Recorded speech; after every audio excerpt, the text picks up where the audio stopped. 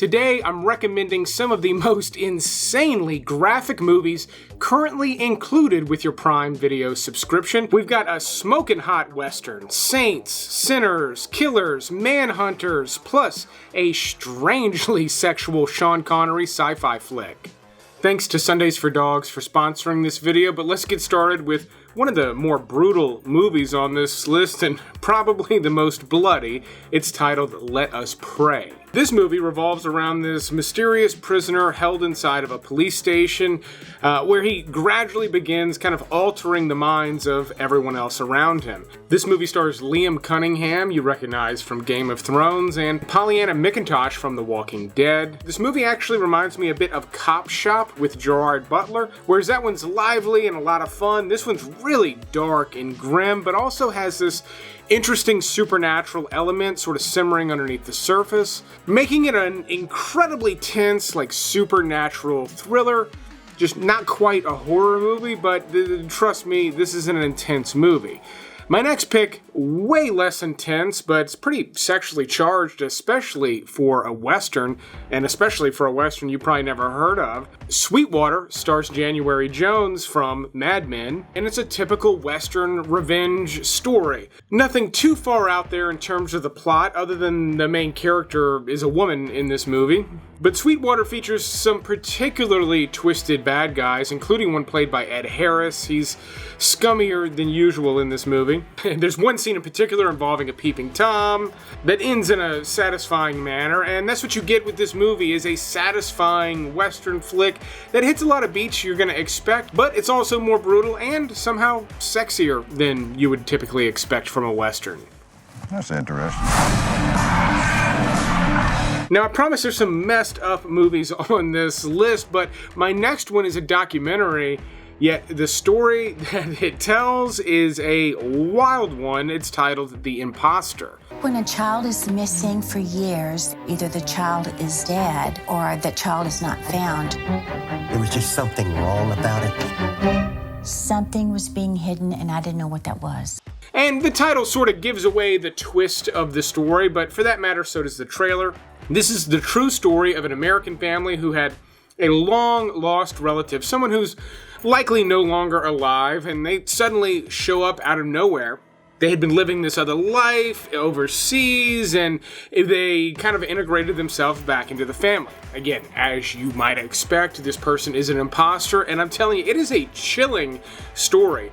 Not that this is something that could happen to anybody, but under the right circumstances, it maybe could. But if you want to talk about some really messed up movies, there's another movie not included on Prime, not included on this list, titled Teton. It's an insanely twisted French flick about a woman impregnated by a Cadillac from hell. There's a lot more going on in it, including a plotline lifted directly from this true story. Again, in terms of documentaries, there's nothing else quite like The Imposter. Now, my number 7 selection on this list is the reason I decided to make this list this week. It just got recently added to Prime. I don't know that it's ever really been on there. It is far and away the weirdest movie Sean Connery has ever done. Probably the weirdest movie released in 1974. And it's so weird, they have an entire Rick and Morty episode dedicated to Zardoz. The gun is good. The gun is good. The penis is evil. Now, this takes place far in a future where men and women live in completely separate societies, and the male society is centered all around war. One of the opening scenes in the movie involved these giant floating heads coming in out of the sky, vomiting up rifles for all the men to use against each other. And if that wasn't a weird enough way to start this movie, I mean, just take a look at what Sean Connery's wearing for almost the entirety of the movie. This is just where things start. Connery's character makes his way on to one of these floating heads and into the land of women, where you can imagine, as the only man, you can imagine. Now, this is not a really good movie I strongly recommend everybody watch, but if you like pursuing and finding kind of oddities, weird movies that time has kind of passed up, Zardoz checks all of the boxes. There's so much insane stuff going on in this movie, so much stuff of its time, and it's wonderfully weird. Like, I really like this movie, but it's also one of those movies that's really easy to poke fun at and have a good time doing it. Now, my number 6 selection just got recently added to Prime, but this was the first, I guess you could say, big Tubi original movie. Now, don't switch away. I know Tubi has a lot of original movies that are not very good, but this is one that came out in a limited release in theaters, and it's another Western with kind of a unique flavor. It's titled The Thicket. You ever shoot a man? No, I'm a Christian. God knows how many this cutthroat has. 3 against now. 2 against. You're a Christian. This actually stars Peter Dinklage. He is really the main character. He is, and then you get a just fantastic villain from Juliette Lewis. If she's been doing a lot lately, I've been missing it. I haven't seen much of her other than the show Yellow Jackets. She's fantastic in this movie. And for that matter, so is comedian Andrew Schultz. He's only got like 2 scenes, but, you know, he really went for it with those scenes. And while the movie is less than perfect, it's cool to see this cast sort of cobbled together. Again, it makes for an interesting and slightly different Western than you're maybe used to. So much so that I would say fans of the genre, you need to see this one. It's one of the better ones released in recent years. But even if you're not a Western fan, there's enough going on in this one to grab onto. You're the littlest man I ever seen. You're the ugliest. Now, before any more movie recommendations, I do want to speak directly to the dog lovers watching, because today's sponsor, Sundays for Dogs, extended the life of our dog Peanut. As she got older, Peanut suddenly stopped digesting her food and began to shed weight quickly, which can be fatal for a dog her size. And it was food that we thought was good food. It was not cheap, so I started experimenting with different fresh dog food brands, but when I heard about Sundays, we switched her to that. Not only did she eat it, but she began putting weight back on immediately. And that's because Sundays is air-dried dog food containing 100% muscle meat, organs, and superfoods with 0 synthetics or artificial preservatives. So Sundays helps give your dog better nutrition than typical pet store food, but they also deliver it straight to your door, saving you a trip to the store.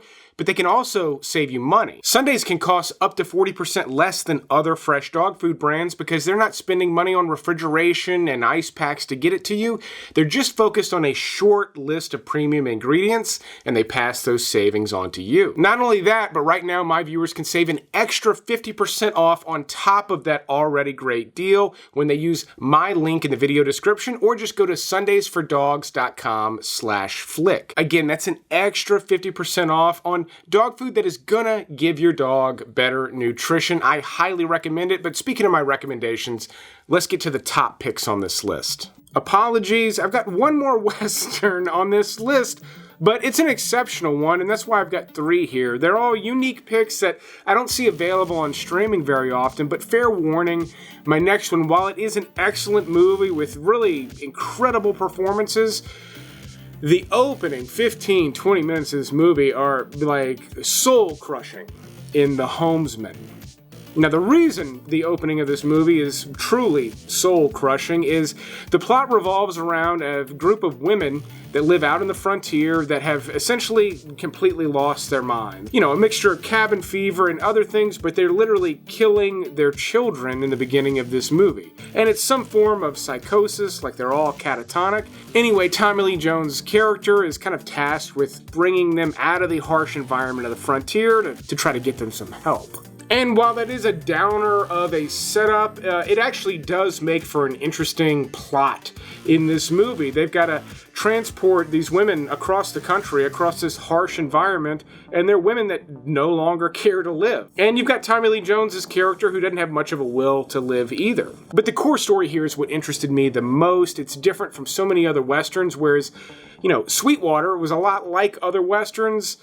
The Homesman just feels different, not necessarily in a pleasant way, but certainly in a cinematically effective way. Now, my number 4 pick is the only true horror flick on a list of some kind of dark and twisted movies, but this one goes to some bizarre religious directions with Saint Maud. Never waste your pain. Never waste your pain.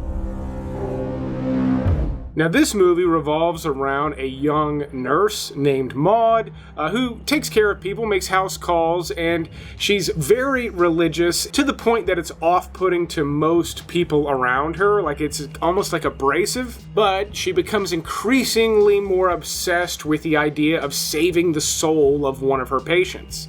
And that's kind of what the movie's about. It's about like a certain type of obsession, and not just particularly religious obsession, even though that's definitely touched on in this movie. But the movie's got touches of things like The Exorcist. I mean, it's a slow burn, just like The Exorcist, yet it goes into directions you're absolutely not going to expect.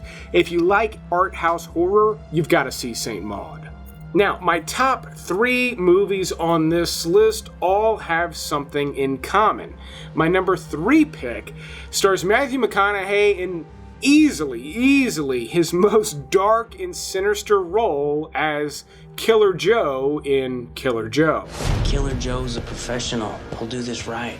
It's murder we're talking about. I ain't agreed to nothing. I heard y'all talking about killing Mama. Speaking of The Exorcist, this is from director William Friedkin, who only died recently. He's most famous for directing The Exorcist and The French Connection, one of my all-time favorite movies.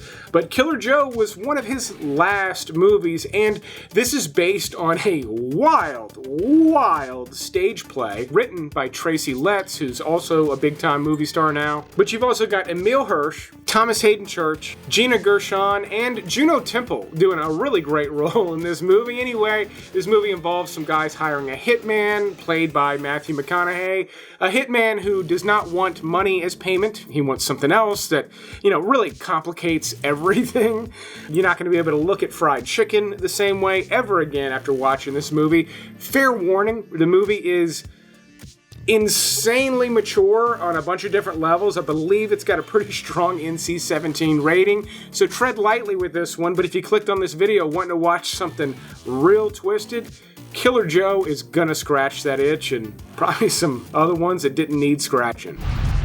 It smells heavenly. Who would like to say grace?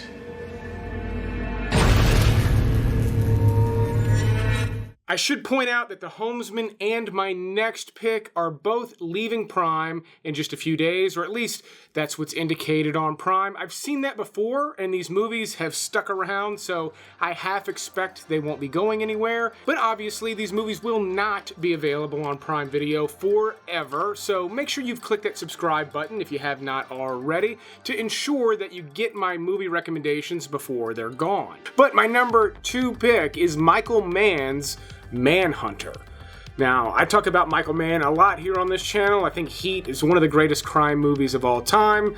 I recently talked about one of his first films, The Keep, a supernatural horror movie that has a lot of flaws, but immediately after that, he directed Manhunter, which is a murder mystery movie that feels like a horror flick. In fact, some of the beats I think he was missing in The Keep, he nails in Manhunter, making it a far superior movie. On top of that, it's just much more effective at creeping you out. Now, this is also the first movie to feature Hannibal Lecter. He's played by Brian Cox in this movie, and he does help with an investigation the same way he would in Silence of the Lambs, but his character's much less important in Manhunter. In fact, this movie was based on the book titled Red Dragon. They would later remake that with Edward Norton. But anyway, even though Manhunter doesn't fit in with the Anthony Hopkins Hannibal Lecter movies, it still makes for a knockdown, drag-out, incredible murder mystery flick from the 1980s. In fact, it oozes a 1980s vibe, has stunning, and I mean absolutely breathtaking cinematography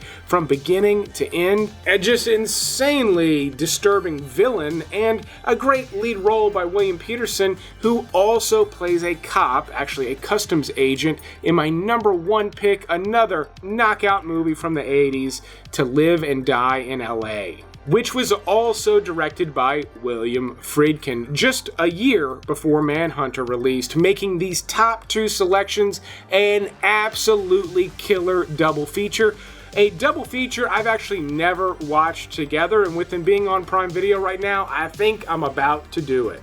But To Live and Die in LA has a simple plot as well. He plays a customs agent who is just not going to give up on catching the counterfeiters that are responsible for killing his partner. Nothing insane there, it just happens to be one of the best movies with that plot line really ever produced. In fact, it's so good, they made way too many movies with almost that same plot line after it.